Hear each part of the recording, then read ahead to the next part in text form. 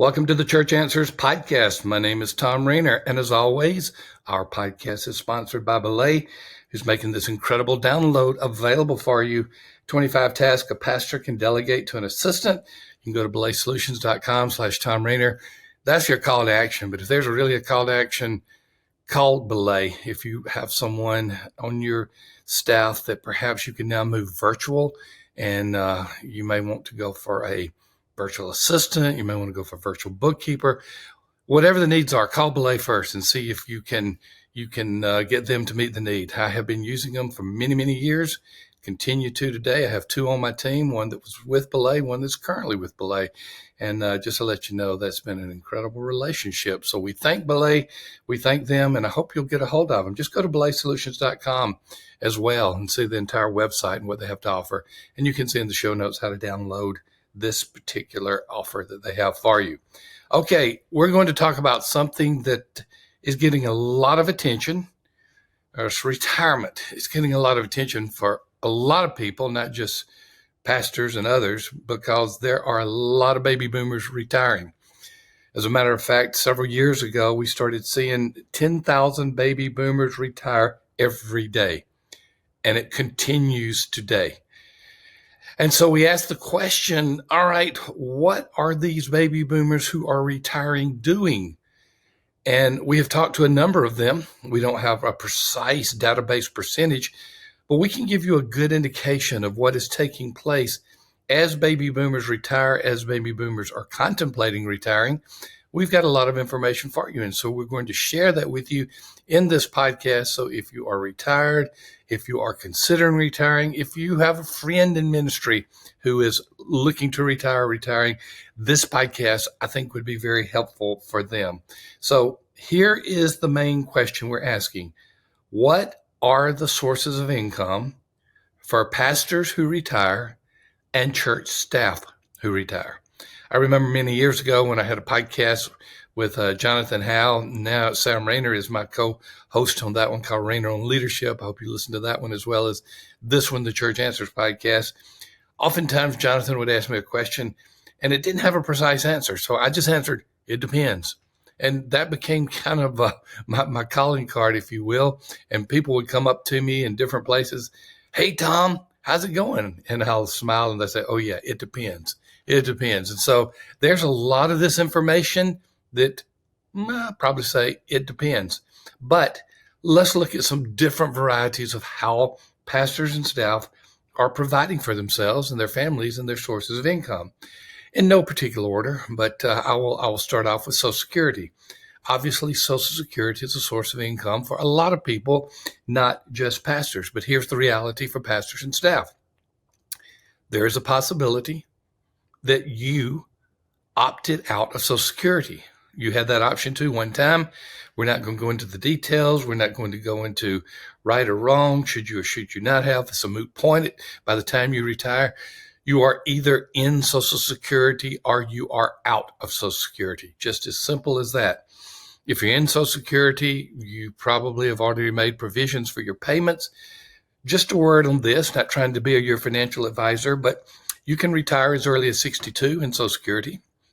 But if you wait till age 70 or any year past age 62, increasingly so up to age 70, your monthly Social Security income will be a lot greater. So if you can afford to wait. If you don't, you don't. But this is for all of those who have Social Security. What percentage of pastors and staff have Social Security versus those who don't? I don't know. It would seem like in my conversations that there are a lot of baby boomers who will not have Social Security payments, and so they will have to find an income other than Social Security. And just another heads up, there's the insurance situation. Medicare is attached to Social Security, Medicaid is attached to Social Security. If you have not paid into the Social Security system, in other words, if you're not eligible for Social Security, you're going to have to make provisions for medical insurance above and beyond, or instead of, I should say, Medicare. But this particular podcast is about sources of income. And so it's very simple. If you paid into Social Security, that's a source of income. If you didn't, it's not. And again, the longer you wait to take those funds, Social Security funds, up to age 70, the more the payment will be. You can take it as early as age 62 again, but if you can hold off to age 70, your payment will be significantly higher. So what else is there? Well, many pastors and many staff have deferred payments. What that is it's a 401k, a 403b. It's where you put money into investments, savings that was tax-free when you put it in, and then when you retire, you have to start pulling it out, and it's called RMD, required minimum distributions. And as you take that out, that becomes your income. Now, I just want to say a word on this, and I'll be very brief because I could go into an entire episode on this. If you invested into certain denominational or religious or Christian institutions, for example, Southern Baptists have an organization called Guidestone. If that's where your 401k or 403b is, you are eligible to take out housing allowance from that as a part of your distribution. Why is that important? Because it's not taxable. You put it in without taxes, you can take that portion out with taxes. I'm not going to get into that, but just simply to advise you to find a good financial advisor at that particular institution. Like I mentioned, Guidestone, talk to someone there about the rules, the regulations, and what you can do is subject to the same rules as housing allowance. I am just giving sources of income. So one, I've given Social Security income. Two, deferred income, 401k or 403b. What else is there? Well, the most common outside of Social Security and your 401k or 403b, the most common is interim preaching and pastoring. When a pastor retires, that particular pastor will then start accepting offers to preach or offers to be an interim pastor. Similarly, those who are on staff, many of them will start preaching, but many of them will offer to be interim in their positions like associate pastor or worship leader when they go to other churches in retirement. So actually this interim role or this perhaps even a part-time role, that becomes a very common source of income. So just hear me well on that. That's probably something many pastors and staff will depend upon. For many, consulting is an alternative. I'm going to put in our show notes, Church Consultation University and Revitalized Certification. Those two are the most common that we see pastors and other staff seeking the training and seeking the certification so that they can do these consultations and as part of their retirement. They may do it currently for their current church, but they look at it as a possibility to do so for their churches. So consulting, doing something to help a church get healthier. Then there are side gigs.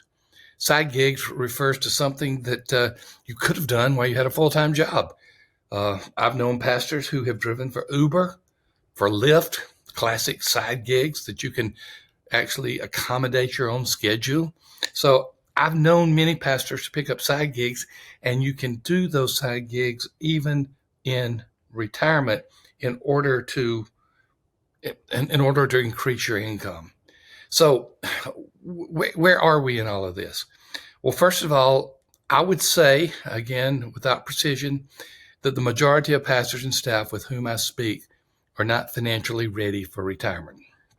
They will push their time to retire to a later time. It used to be 65 and 66. Now it's more common 70 or even in the 70s where they retire. And one of the reasons is they do not have sufficient sources of income. These are some of the common sources that I have shared with you. These are very, very common with pastors, with other staff people. But here's just a word I would say. If you're not sure, contact someone who can be a financial advisor, provide you good, sound financial counseling in this area. I would recommend even you go to Art Rainer's site, Christian Money Solutions, and there's a lot of information there, christianmoneysolutions.com, and there's a lot of information there. But these, ladies and gentlemen, are the major sources of income. That's the extent that I wanted to cover on this podcast. We'll continue to cover these issues related to retirement in future podcasts, but I at least wanted to start off there with these are the ones that are most common. Thank you again, Belay, for being our sponsor. Once again, look at their download 25 tasks a pastor can delegate to an assistant. You can go to belaysolutions.com/Tom Rainer. See it in the show notes. We have a lot of other information in our show notes. And thank you for being a part of the Church Answers podcast. It's always a joy to serve you here. See you in the next episode. Hey, folks, this is a PS to our podcast. We got some exciting stuff that we want to offer you absolutely for free. Sam, when you think about predictive factors in a church's growth, if you take out demographics, what are some things that come to mind? Just two. I mean, don't give me a list of 10. Just 2 or 3 things that come to mind on predictive growth of a church. Well, evangelism and whether the church is doing it or not. Bingo. And then I will add, is it an ongoing evangelism emphasis? Double bingo. Double, and maybe something about leadership and their commitment to that. So all of the above. Evangelistic churches have evangelistic pastors. Is the staff, is the lead pastor doing the work themselves? We have a free download for you, and it's actually a sheet that you can self-score. You answer 20 questions, anywhere from strongly disagree to strongly agree, and we come back and we predict what your growth rate is going to be for the next year in worship attendance. It's not a perfect tool, but it's a good tool. There's a link to that for the attendance predictor. Look in the show notes. You'll absolutely love it. That's cool. We'll see you soon.